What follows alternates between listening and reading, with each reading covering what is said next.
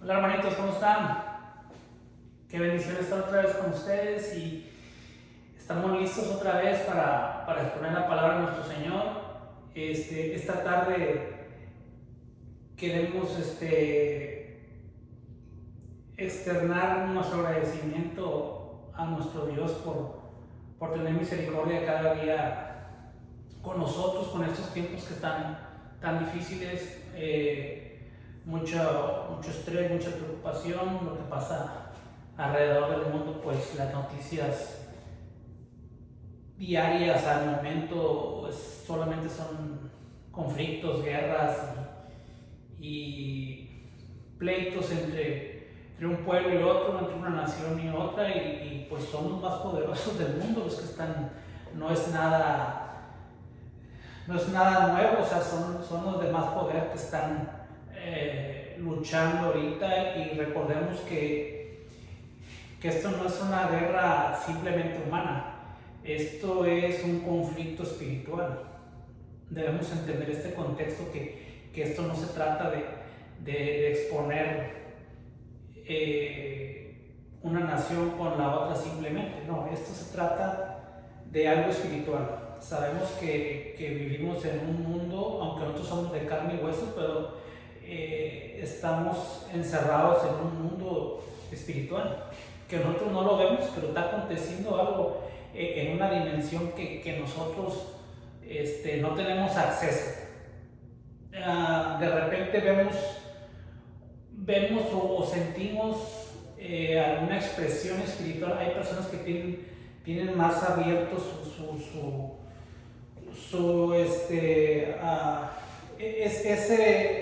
ese feeling, esa otra dimensión, como que hay personas que pueden percibirlo más, inclusive interactuar más, aunque sea de una manera a veces malvada, porque pues sabemos que hay espíritus malvados que nos rodean.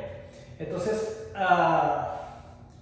tenemos que entender eso. Entonces, si hablamos un poco de eso, es porque ese es el contexto. O sea, nosotros somos la consecuencia no es que nosotros seamos los actores principales. Nosotros somos la consecuencia de ese mundo espiritual, y siempre ha sido así. Esto no es nuevo. Que una nación esté peleando con otra, o que una quiera tener el poder más arriba de la otra, siempre ha acontecido en toda la historia de la humanidad, no es nuevo. Entonces, cuando está sucediendo algo aquí, es que está sucediendo algo en el mundo espiritual. Y esos espíritus se apoderan, ¿verdad? Se apoderan de tu vida, de tu persona, se apoderan de tu hogar, se apoderan de tu familia, se apoderan de tu colonia, se apoderan de tu ciudad, de tu estado, de tu país, del mundo o de grupo de países. Y empiezan los líderes a guerrear, pero solamente estamos viendo que es una guerra espiritual de espíritus malvados que se apoderan y están luchando por apoderarse y tomar el control. Y sabemos que hay países enteros que tienen un poder de un espíritu malvado que no lo suelta, y por años y años y años, y está ahí ese espíritu de maldad. Entonces, por ejemplo, aquí en Estados Unidos estamos viendo ya, por muchos años fue un país bendecido por Dios, y en estos últimos tiempos estamos mirando que el Espíritu de Dios se va apartando cada vez más de este país, inclusive del mundo. Pero hablando de Estados Unidos, se ha ido apartando poco a poco. Y simplemente en tu casa lo puedes ver con tus hijos. O sea, ya ni siquiera puedes hablar. Estás hablando con tus hijos están. Y dicen que te están escuchando, pero no te están escuchando. Oyen que estás hablando, oyen el balbuceo, pero no te están poniendo atención. Entonces todo lo que dijiste fue en vano. Ahora tienes que pedirle, por favor, que pague el aparato para poder hablar con ellos, si es que lo quieren apagar. Así de difícil y de complicado está. Entonces, ¿cómo puedes defender tu hogar, tu familia, cuando ya los hijos ya entraron en ese ritmo? Y no nomás los hijos, también uno, o sea, el mundo en general. entramos en la era de la estupidez y todos estamos en esa dinámica. Por el motivo que sea, todos estamos con el aparato, porque es la tecnología y es la que usamos para el trabajo, para lo que tú quieras. Y ya con la excusa que ya lo tienes aquí, pues de repente viene otra cosa que no es tan buena o es muy mala o lo que sea, pero lo tienes aquí. Solamente de hacerle así y ya estás dentro y ya cuando fuera ya vas cruzando una línea. Entonces el mundo está en esa dinámica, pero esto es una guerra espiritual y como tal la debemos de tomar, porque esa guerra espiritual va tomando ya su desenlace. Su desenlace, la otra vez hablaba yo con alguien y me dice que no cree en Dios. Entonces después una vez me contó que él sentía que algo se le subía, y no dormido, despierto, y lo sujetaba como estaba acostado en la cama. Sentía que alguien, un individuo, se trepaba. Y entonces yo le digo, bueno, pero pues a lo mejor está mal de la cabeza, te está pasando algo. No, digo, estoy bien, es un espíritu malo que se me sube a mí. Digo, bueno, ¿cómo si puedes creer que existe un espíritu malo que se sube arriba de ti? Pero yo te hablo del espíritu bueno, que el espíritu de Dios, y me dices que no crees. ¿Cómo si crees en un espíritu malo, pero no crees en un espíritu bueno? Y ese es el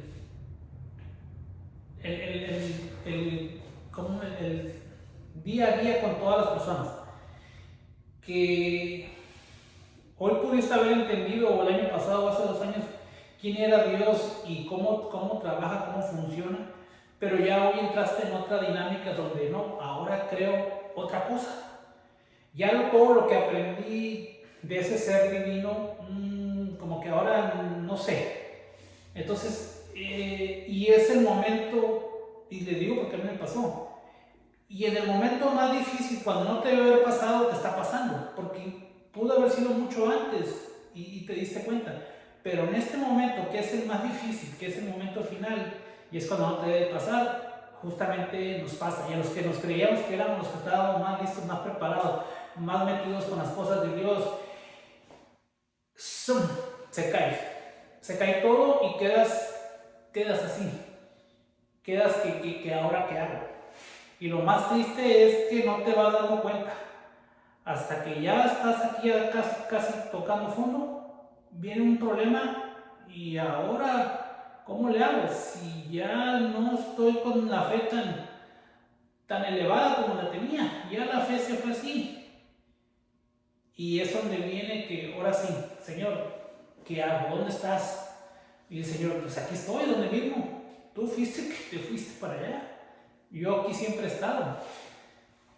Y es en ese titubeo donde si yo soy más fuerte del grupo familiar o el que estaba más apegado a las cosas de Dios, ¿a quién recurren tus cercanos cuando llegue un problema?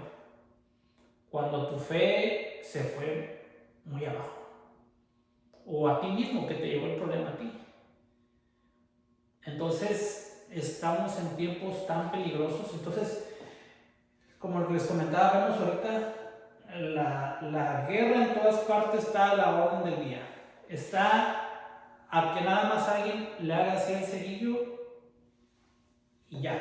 La dinamita ya está puesta, la mecha ya está puesta. Solamente es hacer el cerillo así, cuestión de parpadeo, pues cuestión de segundos. El detalle aquí es que ¿qué hacemos? ¿Qué hacemos con todo esto que está pasando? ¿Cuál es el camino a seguir? ¿Qué es el mensaje de Dios para estos tiempos? Hay personas que creemos en Dios y creemos que estamos en el tiempo final. Hay personas que creen en Dios que dicen que en el día y la hora nadie lo sabe y que guerra siempre ha habido. Entonces, ¿te preparas ahorita para la guerra o te preparas cuando ya mires a la puerta de tu casa los balazos o la angustia o ¿Cuál es el paso a seguir? Porque en las noticias regulares, normalmente, por ejemplo, yo veo las noticias regulares para ver qué dicen. La verdad no me interesa mucho, pero para ver, y no dice nada. Tú te vas a YouTube, te vas a otras fuentes de información y miras en realidad todo lo que está pasando. Pero en las noticias regulares te dicen cosas así nada más por encimita y te manipulan lo que quieren nomás ellos que tú creas. Y por ejemplo, el segundo atentado contra Donald Trump, ¿qué dijeron? O del primero, ¿qué han dicho? Pues no han dicho nada, porque no les conviene. ¿Por qué? Porque la idea es eliminar a Donald Trump para que no llegue. No quieren que sea presidente por ningún motivo. No le conviene a las élites, a la gente que manipula el mundo. No les conviene que llegue Donald Trump. Donald Trump quiere parar la guerra en Rusia. Donald Trump va a querer parar la guerra en Israel. Y eso no conviene. No conviene porque hay financieras que ya invirtieron demasiado dinero para la reconstrucción de esos lugares y están prestando ahorita dinero para las armas. Entonces es un negociazo. Invierto para que se maten. Es mucho dinero en armas que estoy prestando. Al cabo, el pueblo de Estados Unidos paga todos sus impuestos. Yo salgo ganando y le reparto un poquito a los gobernantes. Y luego ahora viene la reconstrucción y agarro a mis amigos y a los que son gobernantes y que tienen compañías de construcción y ahora también les reparto. Y seguimos siendo las élites. Entonces, ¿qué hacemos? Porque esa gente no va a parar. Y esa gente lo único que quiere es que estemos ocupados en fútbol, en novelas, en compras, vete a trabajar, trabaja mucho, no pienses nada, mira estas noticias que no sirven para nada, ellos te van a decir lo que nosotros queremos que sepas y no preguntes más. Entonces, ¿qué hacemos? Y yo estoy haciendo estos videos, estas enseñanzas, en base a lo que yo veo que es la esencia de la escritura, sobre todo para este tiempo final. ¿Y cuál es la esencia? Es lo que hemos estado viendo, es la reconstrucción del templo. Primeramente, mi templo es el que tengo que primero que levantar, para poder después unirme al grupo para levantar el templo de Dios. Y luego, estando el templo de Dios levantado, puede como pueblo recurrir y luego entonces poder estar listos para que el Mesías, el Redentor venga, pero ya estás limpio, ya limpiaste tu templo, ya reconstruiste un templo, ya sacaste todo el pecado de tu vida, entonces el Señor ahora sí te puede redimir. Pero ya estás limpio, ya abandonaste tus pecados, que es lo que hemos estado viendo en los videos anteriores. Hemos visto en el libro de Esdras, la gente, todos los que regresaron después del cautiverio, cómo habían agarrado mujeres también gentiles, y el sacerdote les empieza a decir, tanto el dirigente Zorobabel, hasta los hijos del sumo sacerdote de Jesúa o de Jesús, ese es un tipo, ¿verdad? Sus hijos tenían también mujeres extranjeras. Entonces era un pecado que había generalizado y tenían que sacar ese pecado. Tenían que sacar ese pecado porque estaba dentro de la ley de Dios, que no podían hacer eso. Solamente que esa mujer viniera a asimilar al pueblo, pero no que tú te asimilaras y agradas a los dioses como lo hizo David, lo hizo Salomón. Entonces, esa promesa quedó ahí con David. Luego Salomón viene y levanta el templo, pero Salomón también tenía muchas mujeres extranjeras y tenía altares para esos dioses de esas mujeres. Y el templo fue destruido, el templo tenía pecado, el templo no pudo seguir y el templo fue destruido. Ese templo fue levantado alrededor del año 3000.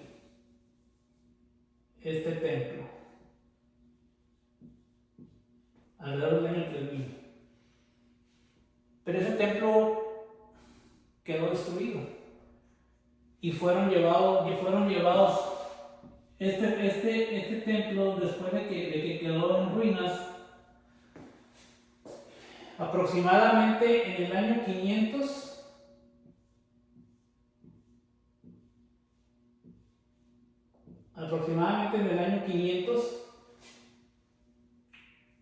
termina en el año 586 aproximadamente. El pueblo fue llevado cautivo a Babilonia, pero aproximadamente, y ese había sido levantado aquí como en el año 3000, en el año 3, y aproximadamente en el año 500 se cumplen los 70 años, aproximadamente el 516, 515, se cumple los 70 años que fueron al exilio a Babilonia y empiezan a regresar a Jerusalén en el año 500 o en el año 3500, como lo quieran tomar. Pero si ustedes miran, siempre que usamos esta gráfica, que a mí me gusta mucho usar, de los 7000 años y los 7 días, los 7 meses. Entonces, esta gráfica es una gráfica a nivel micro y a nivel macro. Entonces, ustedes van a ver que así como la semana 70, a la mitad de la semana muere el Mesías, que es crucificado el Mesías a la mitad de la semana, así aquí también en esta semana de 7000 años, a la mitad de la semana, he reconstruido el templo. El templo que se había construido aquí en el año 3000, alrededor del año 3000, o el año 1000, como lo quieran tomar, porque aquí acuérdense que empieza el año 0. Entonces, si lo quieren tomar como el año 1000 o como el año 3000 y 3500, cuando es ya otra vez regresan estos personajes para reconstruir el templo. Y en el año 4000 es cuando llega el Mesías, que llega alrededor del año 3 antes de su era, alrededor del año 3, y es crucificado en el año 27 aproximadamente, año 27, año 28. Nadie se pone de acuerdo con las fechas, pero es alrededor de esto. Inclusive hay gente que dice que hasta el año 31. Pero si buscas en un procesador de fechas que está basado de acuerdo a la luna, en el año 31 no te das cuenta que no cae en un miércoles el día de Pascua. Y el día que sí cae es el año 27. Año 27 sí cae la Pascua en un día miércoles. Y es como pudiéramos estar un poquito más cercanos. Eso es lo que yo pienso. Esa es mi hipótesis. Todo esto que ustedes miran aquí, esa es una hipótesis mía, buscándole lógica de acuerdo a lo que nos da la Biblia. No podemos basar en otra cosa más que lo que nos da la Biblia. Puede haber alguna falla o error que alguien modificó algo, pero es lo que nos da la Biblia. No hay más de dónde sacar. Eso es lo único que tenemos. Entonces, curiosamente, el Mesías llega aquí en el 4.º día y es crucificado. Entonces, ya sabíamos que se cumplen las 4 fiestas, las de primavera, siguen las de otoño. Ahorita estamos próximos a la fiesta de trompetas, ya casi. Curiosamente también llega Trump ahora en noviembre ahora en noviembre, bueno, la fiesta es ahora en septiembre, octubre. Pero curiosamente también Trump está por llegar otra vez a gobernar el país. Y bueno, ahora en octubre vienen estas tres fiestas, como ya hemos hablado en días anteriores. En temas anteriores vimos que la palabra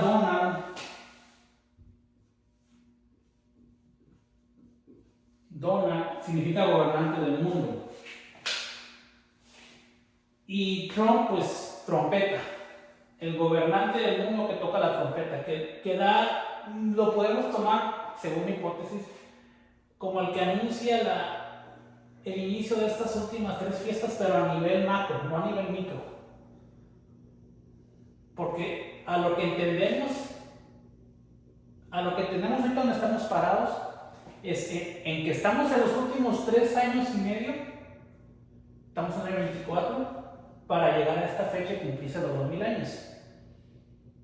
O, como dicen otras personas, que hasta el año 31, entonces estaríamos iniciando los últimos 7 años, antes del regreso del Mesías. O estamos iniciando la segunda parte de los 7 años, que serían 3 años y medio, o estamos iniciando los últimos 7 años, antes del regreso del Mesías. No del fin del mundo, del regreso del Mesías, que es muy diferente.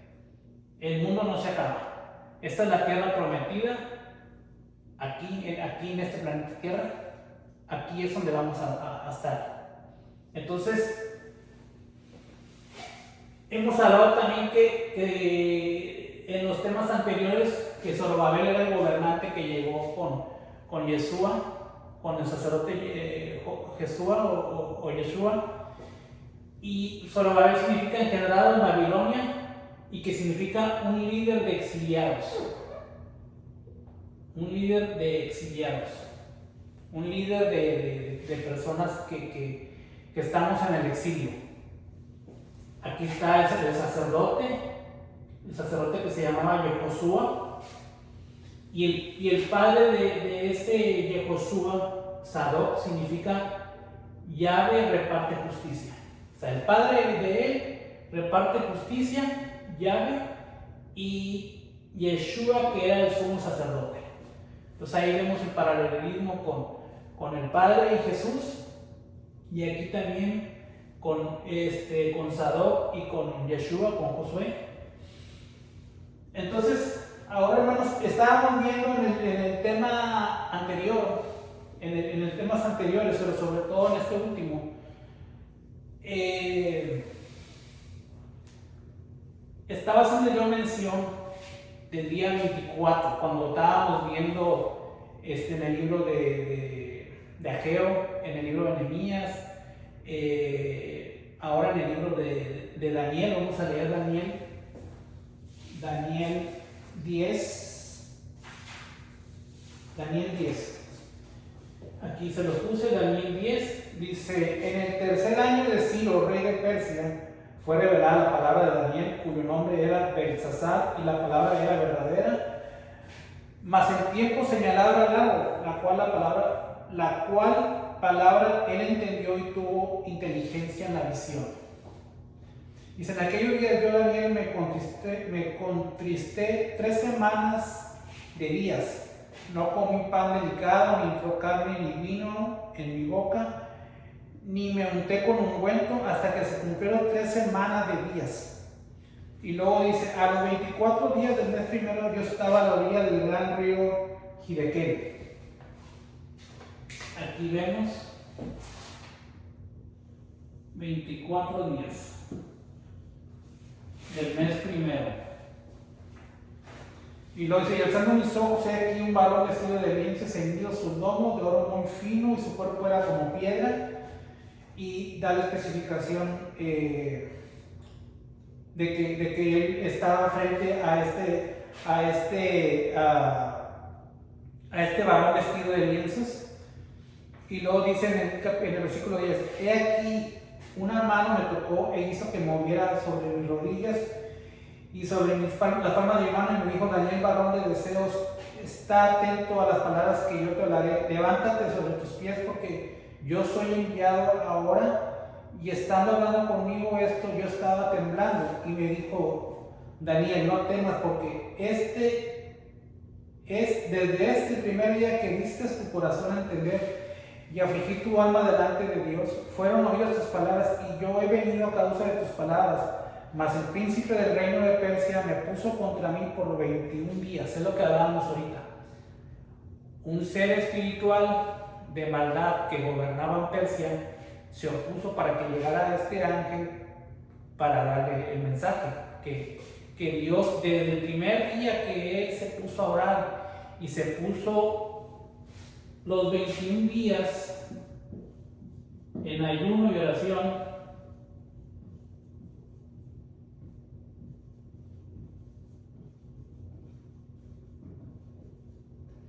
21 días son 7 ciclos, perdón, 3 ciclos de 7 días. Dice: mas el príncipe de Persia se puso contra mí 21 días. 21 días, hermanos. Los 21 días que estuvo Daniel en ayuno y oración, ese ángel estaba luchando para llegar a Daniel. Pero Daniel seguía orando y estando en ayuno. Y luego dice que Miguel, uno de los principales príncipes, vino para ayudarme, y yo quedé allí con los reyes de Persia. Y he venido para hacerte saber lo que ha de venir a tu pueblo en los postreros días, porque aún habrá visión para algunos días. Y sigue estando hablando conmigo semejantes palabras, puse mis ojos en la tierra y enmudecí. Y he aquí, como semejanza de un hijo de hombre, me tocó mis labios. El hijo de hombre tocó los labios de Daniel, que Daniel estaba limpio, estaba purificado, hermanos. Es lo que hablábamos ahorita de restaurar el templo. Si estamos en los últimos días, yo tengo que tener restaurado este templo para que el Espíritu de Dios, el mensajero de Dios, pueda llegar a mí, para que pueda llegar a mí y darme el mensaje. ¿Qué es lo que hay que hacer? Estar limpio ante la presencia. Imaginen estar enfrente de este hijo de hombre. ¿Quién es digno de esto? Pregúntese usted mismo: ¿quién es digno de esto si yo no reedifico el templo de Dios que está en mí? Y luego en mi hogar. Y luego ya a nivel sociedad, para poder que el Espíritu de Dios regrese a mi casa, a mi vida, a mi ciudad, a mi estado, a mi país y al mundo en general. Pero obviamente no todo el mundo va a querer estar dentro de eso. Ni por más que viva dentro de tu casa, es tan fácil que entren en esa purificación. Así ha sucedido siempre, hermanos, pero pues Dios tiene misericordia y Dios sabrá cómo, de qué manera nos hace. Porque aquí ya vimos también en los temas anteriores con los hijos de Judá. Dios te escoge para un trabajo y lo tienes que hacer sí o sí. Tú fuiste escogido. Y si usted no lo quiere hacer, pasa lo mismo que con los hijos de... Se oye feo, se oye como no puede ser ese Dios, no puede ser que un Dios sea así. Bueno, es que el problema es que ¿qué tanto conocemos a Dios? Pero de verdad, porque yo puedo tener algunos pincelazos de la ley de Dios, por ahí unas nociones ahí, y me la doy de que yo, pero no, de verdad. ¿Cuántas veces has leído la ley de Dios? ¿Cuántas veces has leído la Torá, el Pentateuco, los 4 libros, 5 libros? Y de verdad que tú digas, yo me sé la ley de Dios de pe a pa, como para decir, yo estoy limpio y yo sé la ley de Dios y eso no funciona así. ¿Quién puede decir eso?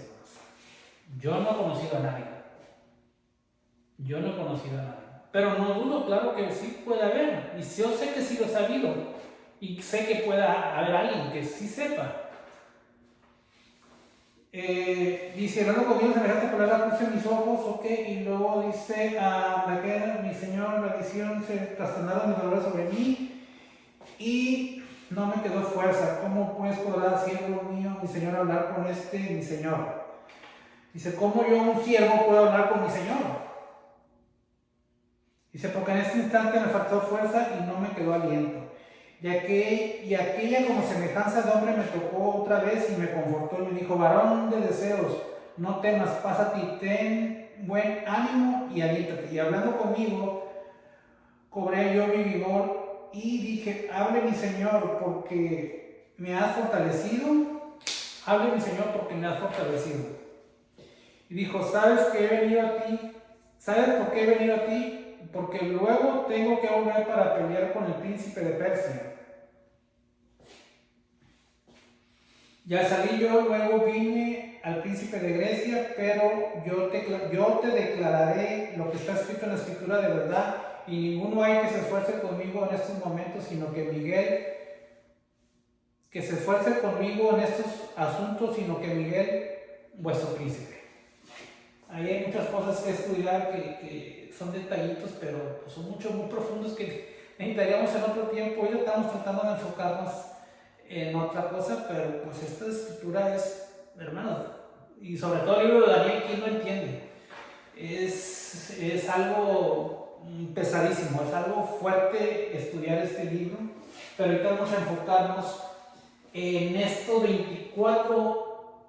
Esta fue la primera visión y la tuvo Daniel en el mes primero. Se purificó los 21 días y dentro de estos 21 días que estaban, aquí el día 14 había una Pascua. Obviamente porque era el día primero del mes. Y dentro de esa Pascua él estuvo purificado porque la Pascua comienza aquí, hermanos. Pero son 7 días, acuérdense. Y nos da hasta el día 21. Entonces él desde el primer día se purificó. Empezó la purificación desde el primer día del mes. Entonces, él agarró estos 3 ciclos de 7 días. Él estuvo purificado esos tres ciclos de 7 días. Él se purificó se llama estos ciclos, por aquí lo tengo aquí, se llama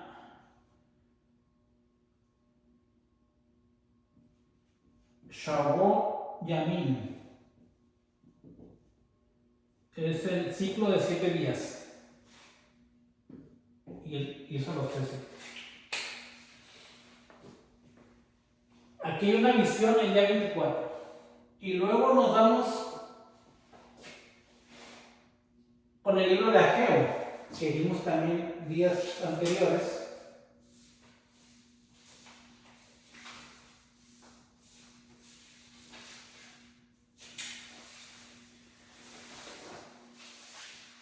Dice Ageo 1, dice, en el año segundo del rey Darío, en el mes sexto, el primer día del mes, vino para el Señor por mano del profeta Ageo a Zorobabel, hijo de Salatiel, gobernador de Judá, y a Josué o a Yehoshua, hijo de Josadac, sumo sacerdote, diciendo, el Señor de los ejércitos habla así diciendo a este pueblo, no es aún el tiempo para edificar la casa del Señor. Vino pues palabra del Señor por mano del profeta Ageo diciendo, tenéis vosotros tiempos para morar en vuestras casas enmaderadas, y esta casa está desierta. Pues así dijo el Señor de los ejércitos, pensad también vuestros caminos, sembráis mucho y encerráis poco, coméis y no os hartaréis, bebéis y no os saciáis, os vestís y no os calentáis, el que anda a jornal recibe su jornal en saco roto. El Señor nos está diciendo aquí que Él quiere que le edifiquemos casa, que es tiempo, se cumplieron el castigo de los 70 años que fue castigado al pueblo por no dejar descansar la tierra. Lo vemos también en el libro de Esdras.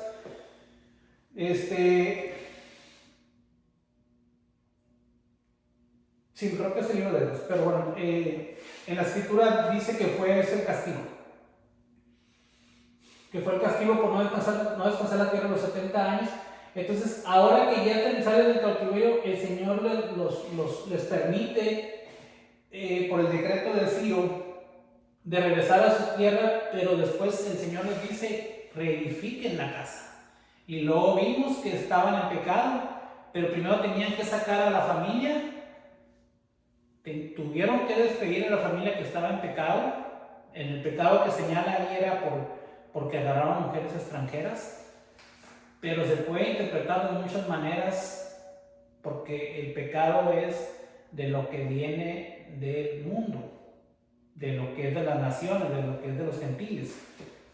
Y si nosotros nos metimos ya en el mundo gentil y metimos el pecado a la casa, es lo mismo. Saca el pecado, tiene dos aplicaciones. Si queremos estar en la salvación final, necesitamos entrar en esta dinámica. Y eso es lo que el Señor nos está diciendo en estos libros, en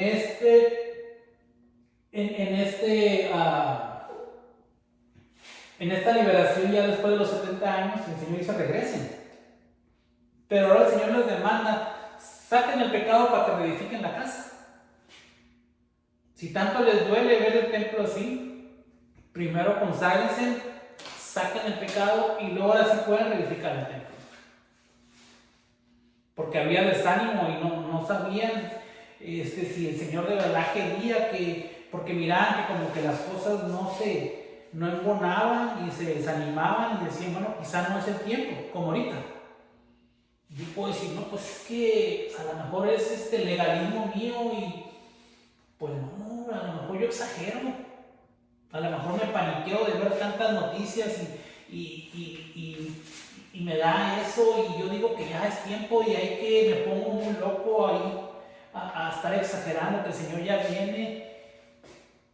Y no, ¿para qué voy a reedificar qué templo? Pues eso no es cierto. Entonces, es lo que está diciendo aquí el Señor. Y luego entonces, en Ageo 1:12 dice, yo Zorobabel, hijo de Salatiel, y Yehoshua, hijo de Josadac, sumo sacerdote, y todo el remanente del pueblo, a la voz del Señor, su Dios, y a la palabra del profeta Ageo, como lo había enviado el Señor Dios de ellos, y temió el pueblo delante del Señor, y habló Ageo, embajador del Señor, en la embajada del Señor al pueblo, diciendo, yo soy con vosotros, dijo el Señor. Y despertó el Señor el espíritu de Zorobabel, hijo de Salatiel, gobernador de Judá, y el espíritu de Josué, hijo de Josadac, sumo sacerdote, y el espíritu de todo remanente del pueblo, y vinieron y hicieron obra en la casa del Señor de los ejércitos, su Dios, en el día 24 del mes sexto del año del rey Darío.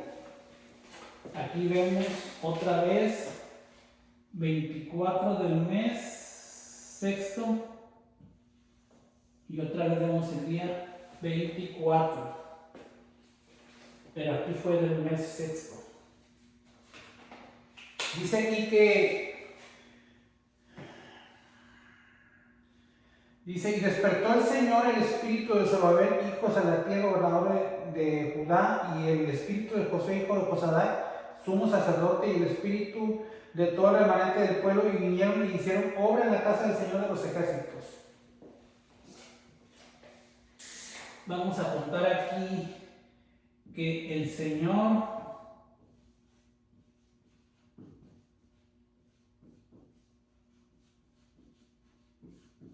despertó el espíritu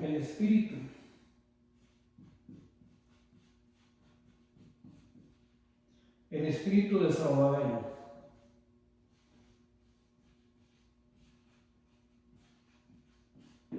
Zorobabel, que significa, vemos aquí, engendrado en Babilonia, el líder de los exiliados. Y eso fue en el día 24.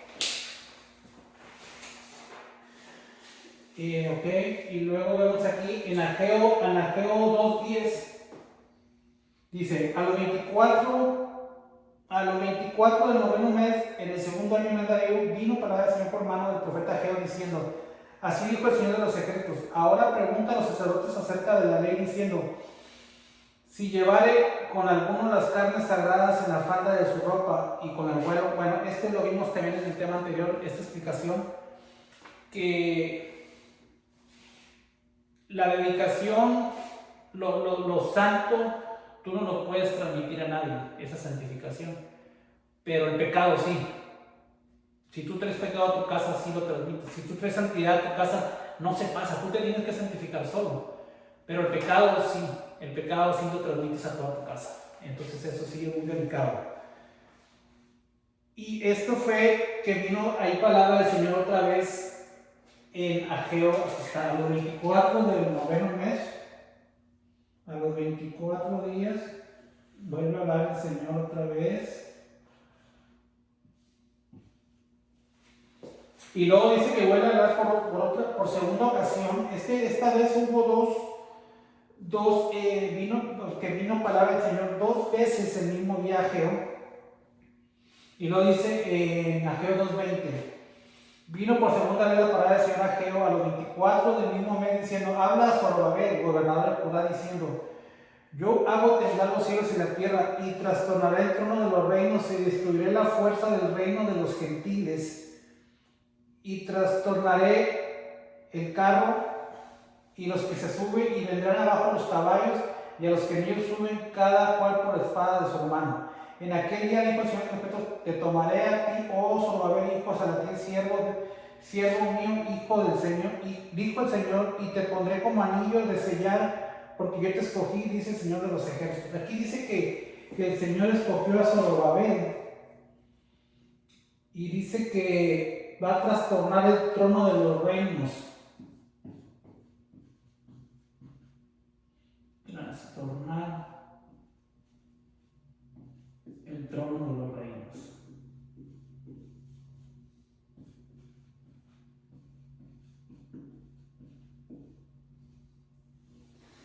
Aquí dice que el Señor va a despertar el espíritu de Zorobabel y lo hará trastornar el trono de los reinos. ¿Para qué está haciendo todo esto, hermanos? Con Zorobabel. Según lo que hemos visto, ¿cuál es el punto de despertar el espíritu? El punto es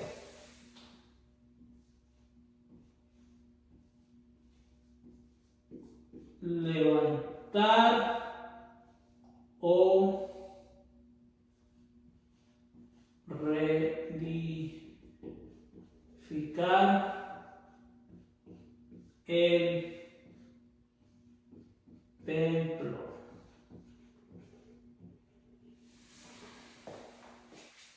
Eso es lo que quiere. Ese es el propósito de traer a engendrar a Babilonia, el líder de los exiliados. El Señor lo trajo para eso. Y luego vemos aquí en Nehemías 8,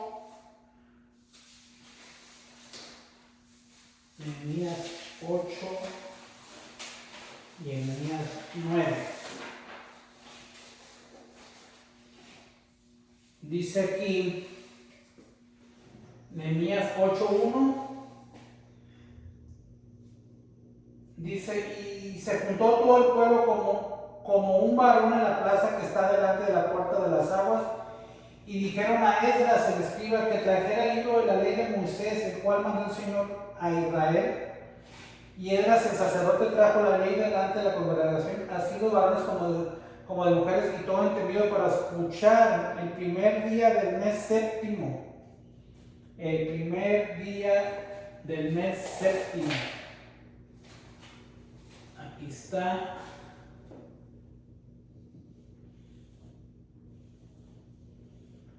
Y aquí inicia la fiesta de tabernáculos.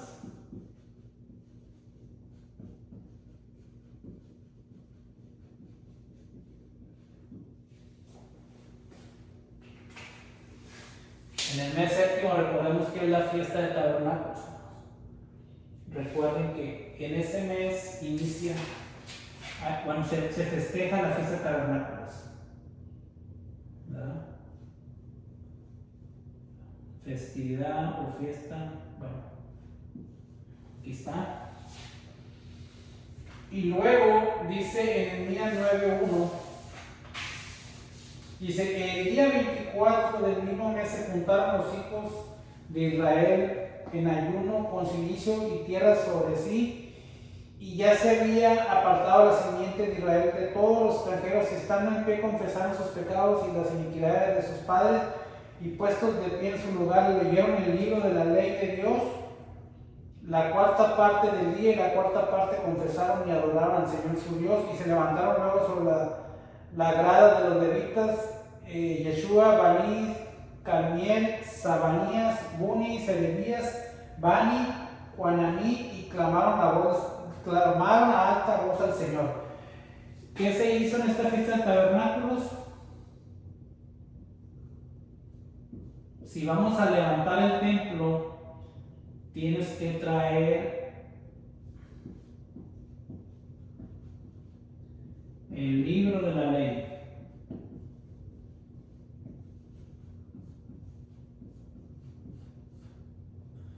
Para levantar el templo del Señor hay que tener grabada o traer o leer,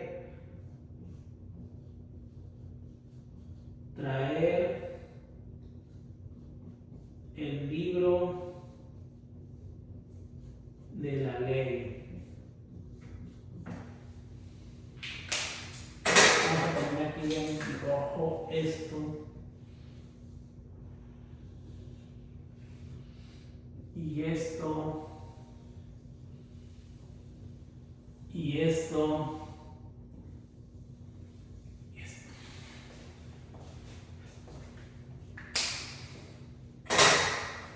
Vamos a parar aquí un poquito, hermanos, para cortar un poco y hacer un poquito más. Y la segunda parte de esto lo hacemos en otro tema más pequeño y lo ponemos como segunda parte. Nos vemos ahorita.